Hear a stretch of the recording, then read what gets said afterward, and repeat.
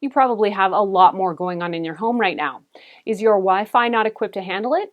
I'm Erin from TechGadgetsCanada.com, and a new Wi-Fi system could give you better connections and faster usage. I recently had the chance to try out the brand new Eero Pro 6 mesh Wi-Fi system.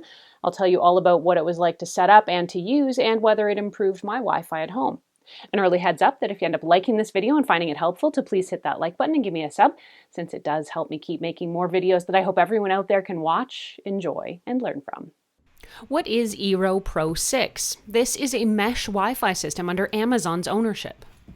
Mesh Wi-Fi systems are designed to connect to your incoming internet service wherever your existing modem or router is, and to make your internet faster, better, and more reliable, and eliminate dead spots in the house, even if you've got lots of devices connected. Eero Pro also has a built-in Zigbee smart home hub, which can mean that with some smart home gadgets, you don't need to buy an extra hub or a bridge. Also, interestingly, Eero says that your network will improve over time as it learns and adapts to your home. With more people working from home, learning online, video conferencing with friends and family and for work, and streaming and gaming in 4K, Eero says one of these devices can deliver the speed and reliability you need to keep up.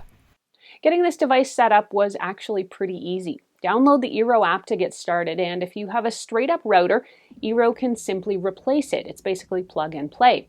If you have a modem router combo unit, you might have a few extra steps depending on who your provider is and what type of modem you have.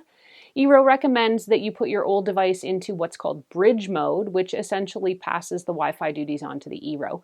Enabling this can often be done using your existing modem router's app or web portal, but you may also need to call your internet service provider for help. I'm not going to get into the details of how to do this in this video, but full instructions and more details are available at TechGadgetsCanada.com. Eero uses what Amazon calls its frustration-free setup. Frustration-free setup. So that means if you own an Amazon Echo device or a Dot or other Amazon devices like even some of the Fire TV units, that the Eero should attempt to connect to your home's Wi-Fi using your stored credentials from one of those devices. Once the setup process is complete, the new device can then use your Wi-Fi password saved to Amazon to connect the device to your regular Wi-Fi network.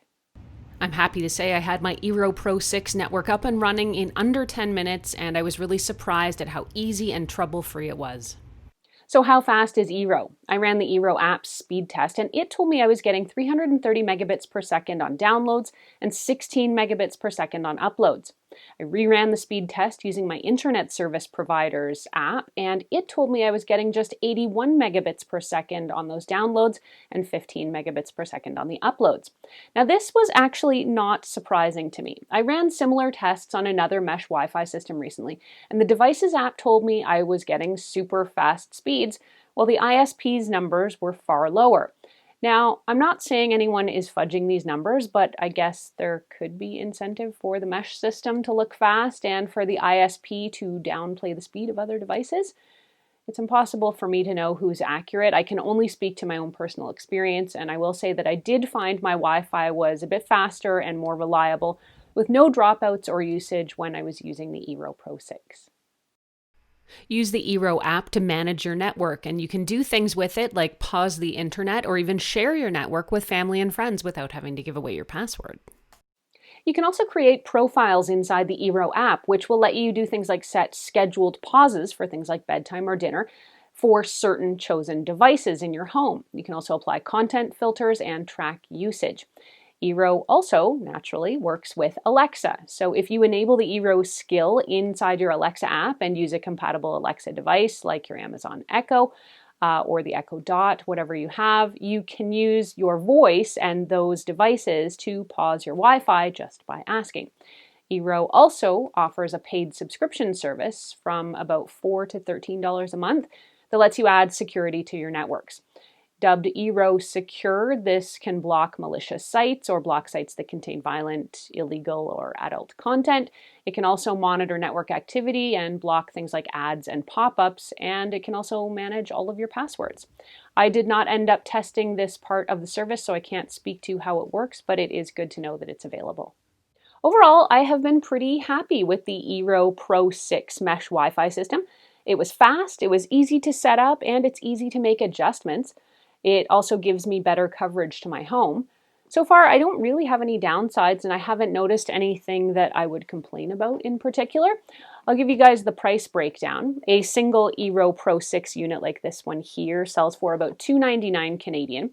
A 2-pack to cover bigger spaces is about $539, and a 3-pack that will cover up to 6,000 square feet is $799. And it's actually worth pointing out that the single Eero Pro 6 here will probably cover most average size homes in the 1,000 to 2,000 square foot range. You can get Eero Wi-Fi, of course, from Amazon. If you want to read this review or reference any of the stuff that I talked about, you can head over to techgadgetscanada.com. I've got a full write-up posted there, and you can ask me any questions you have about this device, either there on the blog or, as always, here on the YouTube channel. Thanks so much for watching. I'm Erin. Until the next time, you can catch me on either Twitter or Instagram. I'm at Erin LYYC. You can also always find me on Facebook at facebook.com/techgadgetscanada.